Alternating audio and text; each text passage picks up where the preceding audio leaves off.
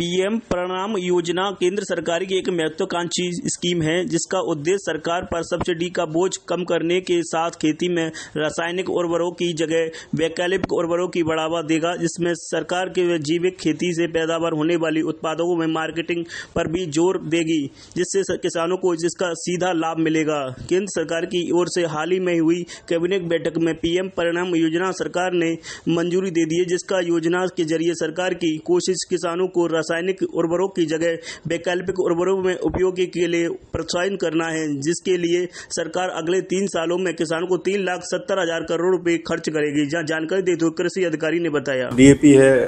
और यूरिया है, उसकी जो उपयोग है हमको कम करना है। जैसे एक बोरा डीएपी पर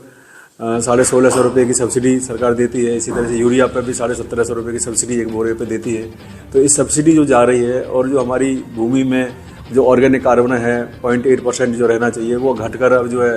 2%, 2.5%, 3% तक रह गया है। तो हम लोग ऑर्गेनिक खेती पर ध्यान नहीं दे रहे हैं, ऑर्गेनिक चीज़ों का उपयोग नहीं कर रहे हैं और केवल डीएपी और यूरिया की मात्रा बढ़ाते जा रहे हैं। जैसे हमारे यहाँ पर आलू की एरिया है तो आलू के किसान जैसे हमको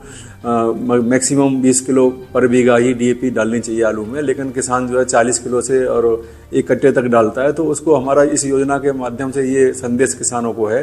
कि संतुलित मात्रा में उर्वरक डालें, क्योंकि जो डीएपी है वो जो बुवाई के समय ही प्रयोग की जाती है और उसका जो है बाद में ऊपर से जो उपयोग करते हैं तो बेकार फसल में चली जाती है। इसी प्रकार से यूरिया है